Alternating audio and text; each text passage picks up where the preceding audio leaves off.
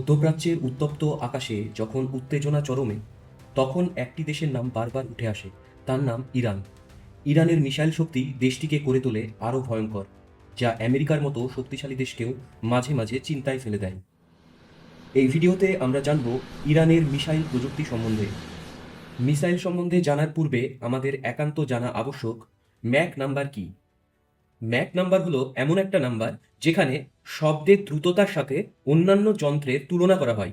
যেমন ধরো, Mac number 1-এর যদি কম হয়ে যায়, তখন সেই ক্ষেত্রে সেই যন্ত্রটি শব্দের চেয়ে ধীরগামী হবে, অর্থাৎ শব্দের থেকে আসতে যাবে, যেটাকে বলা হয় সাবসনিক। ম্যাক নাম্বার যখন 1 হয়, তখন সেই যন্ত্রটা শব্দের মতোই একই বেগে যেতে থাকে, অর্থাৎ সেটিকে আমরা বলবো সনিক।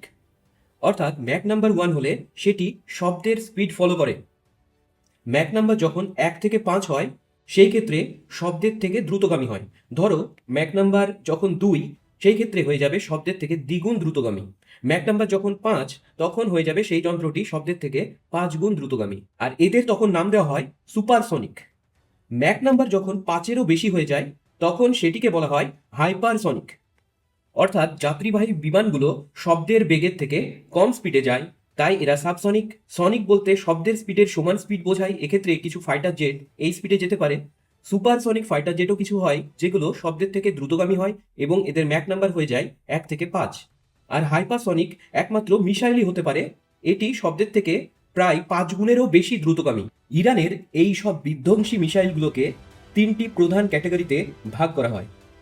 নাম্বার 1 এসআরবিএম, নাম্বার 2 এমআরবিএম এবং নাম্বার 3 হাইপারসনিক। এসআরবিএম এর full form short range ballistic missile. SRBM এর মধ্যে পড়ে ফতে 110, জুলফাগার, ডেজভুল এবং আরও অন্যান্য মিসাইল। এই শর্ট রেঞ্জ ব্যালিস্টিক মিসাইলগুলোর ক্ষেত্রে ফতে 110-র রেঞ্জ হয়ে যায় 300 কিলোমিটার, জুলফাগারের রেঞ্জ হয়ে যায় 700 কিলোমিটার, আর ডেজভুলের রেঞ্জ হয়ে যায় 800 কিলোমিটারের মতো। এই মিসাইলগুলো প্রধানত সলিড ফুয়েল দিয়ে চলে, আর এগুলো লঞ্চ করাও খুবই ইজি। যে কোনো মোবাইল লঞ্চার থেকে এগুলোকে উৎক্ষেপণ করা যেতে পারে। নেক্সট টাইপটা হলো এমআরবিএম, অর্থাৎ medium range ballistic missile. Medium range ballistic মিসাইলের উদাহরণ দিতে গেলে প্রথমেই আসে কিয়ামের নাম। এবং ইরানের আরও মিসাইলের মধ্যে রয়েছে সেজিল এবং এমাদ। কিয়ামের রেঞ্জ 1300 কিলোমিটার, সেজিলের রেঞ্জ 2000 কিলোমিটার, আর ইমাদের রেঞ্জ প্রায় 1800 কিলোমিটার মতো। অর্থাৎ এখানে দেখতে পাচ্ছি যে সেজিল এবং এমাদ, এটা যদি কলকাতা থেকে উৎক্ষেপণ হয়, তবে এরা চেন্নাই অবধি যেতে পারে। চেন্নাই অথবা দিল্লি অবধি এদের রেঞ্জ হতে পারে। অর্থাৎ ইরানের প্রতিবেশী দেশগুলোকে আক্রমণ করার জন্য এই মিসাইলগুলো যথেষ্ট।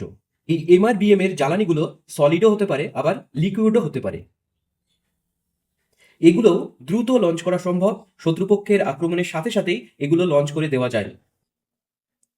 নেক্সট টাইপটা হলো হাইপারসনিক মিসাইল। এই হাইপারসনিক মিসাইলের মধ্যে দুটো প্রধান মিসাইল খুবই গুরুত্বপূর্ণ, যেটা হলো ফাতা 1 এবং ফাতা 2। এই হাইপারসনিক মিসাইলগুলোকে বলা হয় অ্যাডভান্স হাইপারসনিক মিসাইল, কারণ এর প্রযুক্তিগুলো হয় সব থেকে উন্নত।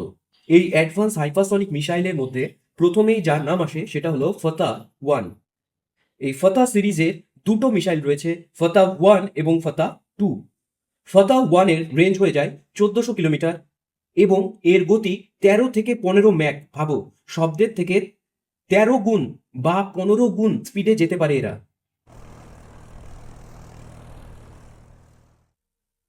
এদের ওয়ারহেড লোড, অর্থাৎ লোড ক্যাপাসিটি, কতটুকু বিস্ফোরক নিয়ে যেতে পারে, এরা প্রায় 200 কেজি মতো বিস্ফোরক বয়ে নিয়ে যেতে পারে।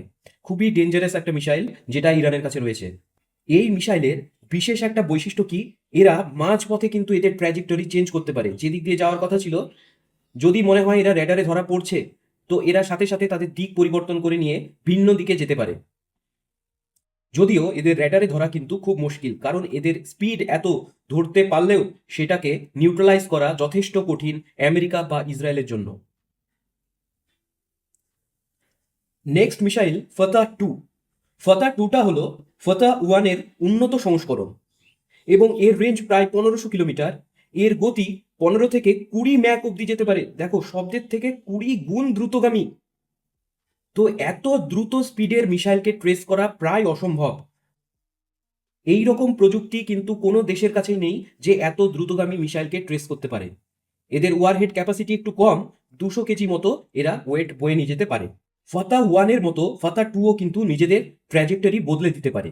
মাঝ পথে এদের ট্র্যাজেক্টরি বদলে দেওয়ার ক্ষমতা রাখে ফাতা 2 মিসাইল। এবং উন্নত এয়ার ডিফেন্স সিস্টেম এড়াতে সক্ষম ফাতা 2 মিসাইল। যদি কোনো মিসাইলের কাজ না হয়, এই ফাতা 2 মিসাইল কিন্তু তাদের টার্গেটে গিয়ে অবশ্যই ভাঙবে। রেঞ্জ অনুযায়ী এই সমস্ত অ্যাডভান্স হাইপারসনিক মিসাইলগুলো ইসরায়েলে অ্যাটাক করতে পারে তাদের প্রতিবেশী দেশ হিসাবে। এছাড়াও ইরাকে অ্যাটাক করতে পারে, Syria, Lebanon, turkey, Saudi Arabia, যেটা রিসেন্টলি অ্যাটাক করেছে সৌদি আরবিয়াতে। তাহলে এই ইরান থেকে সমস্ত প্রতিবেশী দেশকেই কিন্তু এই হাইপারসনিক মিসাইলগুলো দ্বারা টার্গেট তারা করতে পারবে। কিন্তু যেহেতু এদের রেঞ্জ খুব একটা বেশি নয়, মাত্র 1500 কিলোমিটার, তাই ইরান থেকে সরাসরি আমেরিকায় গিয়ে আঘাত করা কিন্তু অসম্ভব এই হাইপারসনিক মিসাইলগুলোর। এরা ইসরায়েলে আঘাত করতে পারবে, কিন্তু আমেরিকাতে যাওয়া মতো এদের রেঞ্জ নেই। ভিডিওটা ভালো লাগলে কমেন্টে জানিও। Thank you.